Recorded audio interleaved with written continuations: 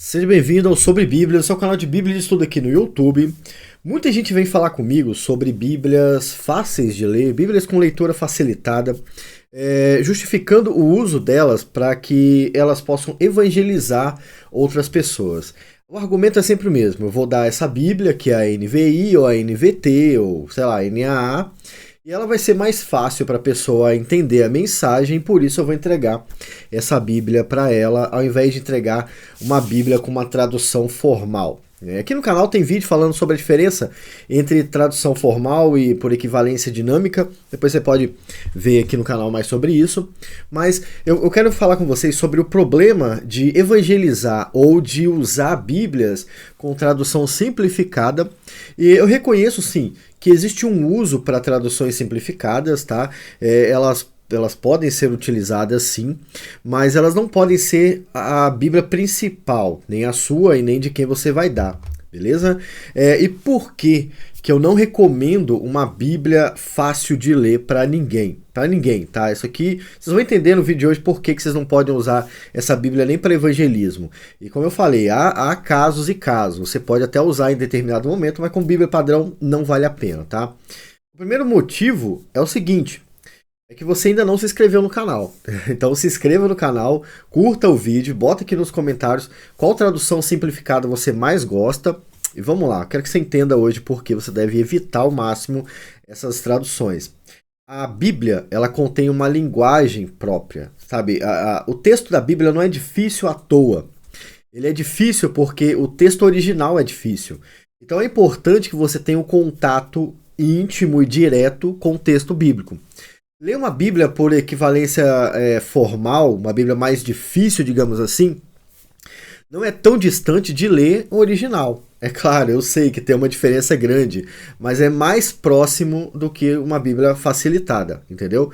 E quando você tem contato com o texto mais literal possível, você consegue entender as diferentes maneiras de escrever da Bíblia. Você tem lá Moisés escrevendo de um jeito, você tem o profeta Isaías de outro jeito, Judas lá no Novo Testamento de um jeito. Ou seja, a Bíblia contém um estilo literário próprio e é importante que você tenha contato com esse estilo literário.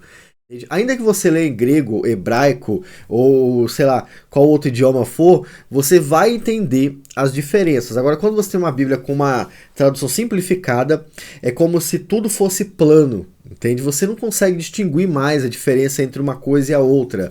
E isso é importante, você ter acesso a isso, sabe? Isso é a Bíblia, né? E outra coisa que você tem também no texto original, que é passado mais para Bíblias mais difíceis, é a cultura empregada. Quando você vai simplificar alguma coisa, você acaba modificando até a cultura do texto. Aquilo que o autor coloca como a sua cultura acaba sendo perdido porque alguém tem que simplificar demais. Então, a pessoa que está lendo uma Bíblia fácil de ler dificilmente vai entender o que é contexto histórico e cultural. Porque para ela é tudo a mesma coisa, entende? Mas não é a mesma coisa. Aí que tá, você está perdendo o conteúdo, entende? E uma outra coisa que perde-se muito nessa linguagem própria da Bíblia é a questão da profundidade proposital. Entende? Profundidade proposital. É quando o autor, por exemplo, de Provérbios, né, ou de Salmo, é quando o texto propõe uma profundidade própria, usando termos mais difíceis propositalmente para que você pense sobre o texto e chegue à conclusão do autor. Entende? Então, olha só, a Bíblia contém uma linguagem própria para que você pense realmente. Por que Jesus usou aquelas palavras? Por que foi naquele evento? Há um motivo para ter acontecido. E às vezes o próprio autor do texto, o autor do evangelho, ele vai usar essa linguagem mais profunda para que você medite no que está acontecendo de fato. É o seguinte: às vezes você vai tentar descrever alguma coisa e só com palavras você não consegue descrever, entende? Então é comum, até você e eu, a gente já pensa em fazer isso também, né? A gente só não consegue fazer igual a Bíblia, mas é comum você tentar dar um significado para aquilo que você vai falar, para que as pessoas fiquem meditando naquilo. O autor da Bíblia também tem essa ideia, ele também quer fazer isso. Então, quando você simplifica demais a Bíblia, você não entende o que ela está falando de fato. Por quê? Alguém tem que ler, interpretar e deixar plano para que você entenda. Só que você tem que entender uma coisa: isto é uma interpretação e não um texto bíblico. Entende? Olha que diferença. Você acha que está lendo a Bíblia, mas está lendo uma interpretação de editora X, Y, Z, né? Não é exatamente a tradução. É claro que é difícil ter uma linguagem 100% literal. É difícil e ninguém quer fazer isso porque você não entenderia nada, absolutamente nada. Então tem uma facilidade. Todas as Bíblias, todas as traduções têm uma certa facilidade. A Almeida Revista Atualizada, por exemplo, ela é bem formal. Mas só porque você está no século XXI. Só porque você está em 2024. Porque ela é de 1996. Para aquele momento, ela era simplificada, entende? Mas mesmo assim, ela é bem formal, né? A NVI, ela é totalmente simplificada. A pessoa não tá... Você não está lendo a Bíblia, ela tá lendo alguém te explicando a Bíblia. A NVT, mesma coisa. A Almeida Corrigida e Fiel também. A King James também tem certa facilidade. A Almeida, aquela ARC, né? Almeida Revista e Corrigida, apesar de ser difícil, ela também tem uma facilidade. Todas têm, né? Só que tem umas que acabam tirando essa linguagem do texto e colocando a linguagem de quem está interpretando, criando uma interpretação, né? Ao invés de citar o texto. Então é simples, você não tem uma Bíblia às vezes, você tem uma interpretação. Isso que é importante. Além disso, olha só o que você perde quando você usa uma Bíblia fácil demais. Você perde o fato de que cada livro traz uma linguagem diferente.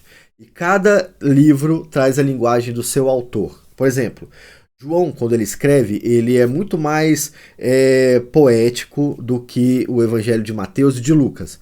Lucas é um escritor, ele é quase um acadêmico, um historiador, ele sabe o que ele está escrevendo.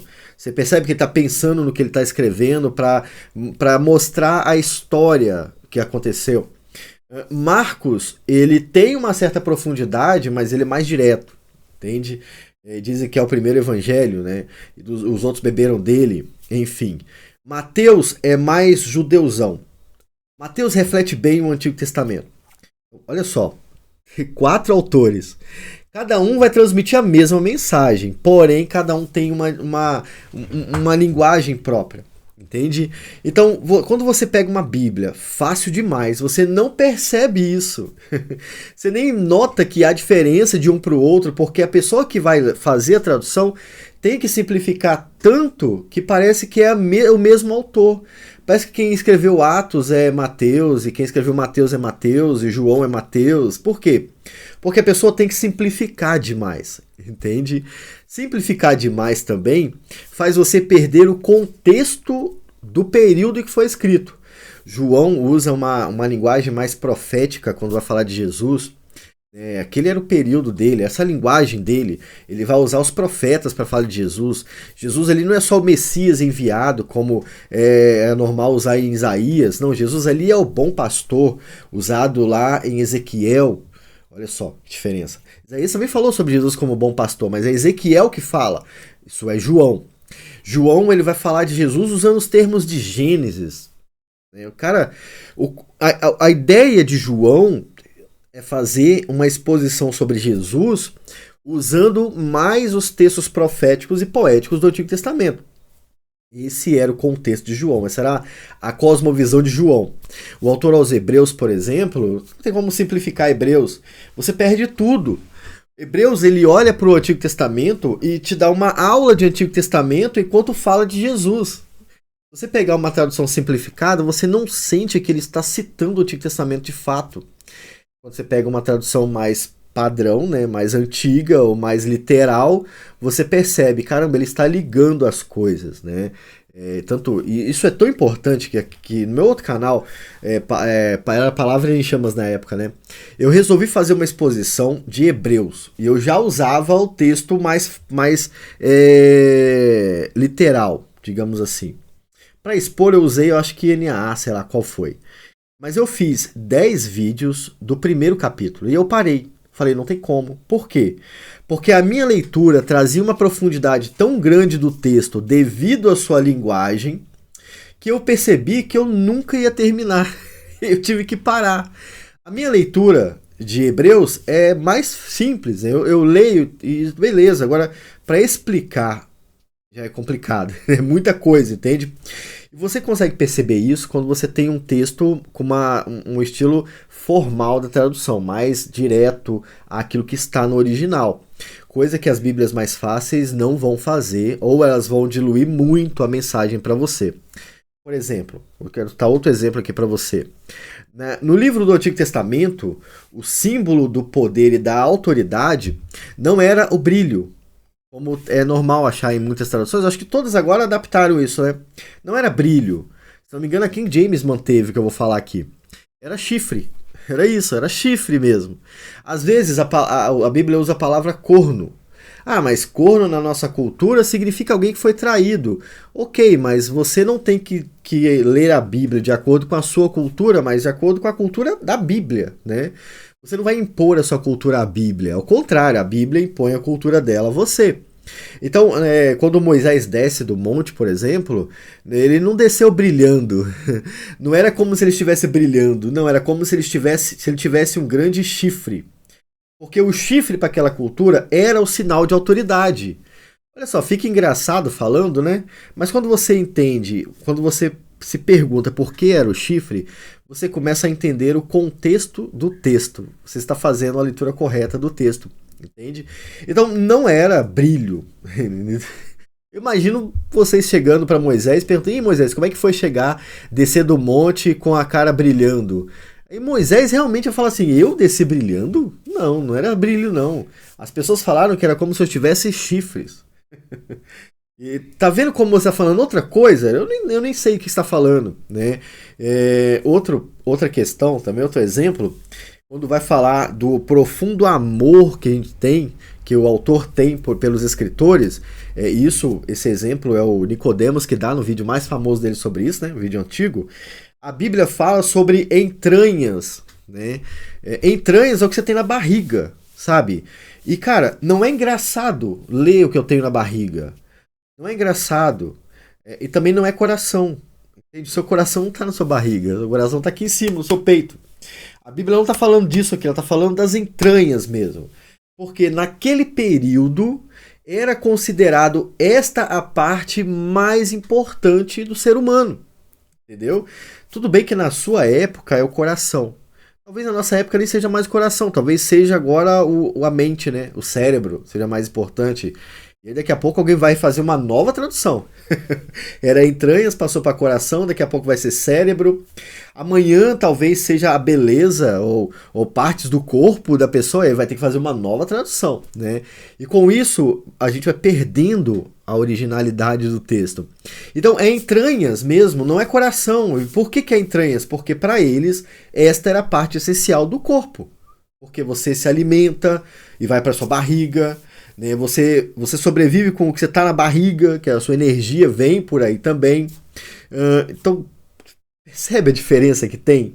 Você acha que está lendo a Bíblia, mas na verdade está lendo a interpretação da Bíblia. É por isso que não vale tanta pena você ficar usando uma tradução simples como principal.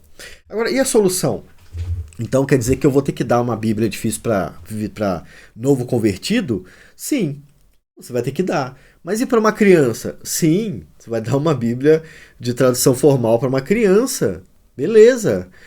E aí alguém vai ficar incomodado, falar, mas ele não vai entender isso, ele vai ler e não vai entender. Por que ele não vai entender? Então, primeira coisa, por que você acha que ele não vai entender? Você acha que porque ele não é crente, ele é burro? Você acha que só porque ele não é crente, ele não tem capacidade intelectual? Tem sim. Todo mundo tem capacidades intelectuais, mas pensa comigo. Ao invés de você simplificar o texto, que tal explicar o texto? Não é? Vamos conversar? Ah, eu li isso aqui, não entendi nada. Ok, vamos conversar. Vamos conversar sobre esse texto então. Caramba, mas ali no Antigo Testamento fala sobre unicórnio. Existia unicórnio? Aí você explica por que era unicórnio. Não existia, cara. Era uma figura de linguagem, sabe? Não é que existia, era uma forma de falar. E aí por aí vai, olha só, você já está conversando com a pessoa. Aí você está evangelizando de verdade. Entregar uma Bíblia fácil para alguém e falar assim, leia, não é evangelizar. Explicá-la é evangelizar, entendeu? Então, ao invés de você entregar a Bíblia de evangelismo, ó, toma aí, toma, é sua, vai ler. Que tal você ler com ele e explicar para ele? Enfim, esse é um dos motivos, né? Para você deixar de lado um pouco as facilidades da vida que não funcionam exatamente na nossa religião. E para as crianças? Ah, então quer dizer que meu filho vai ter que ler uma Bíblia difícil. Ele vai ter que ler uma Bíblia difícil e você vai ter que ensinar ele. Você está fazendo o quê? Por que você não ensina ele?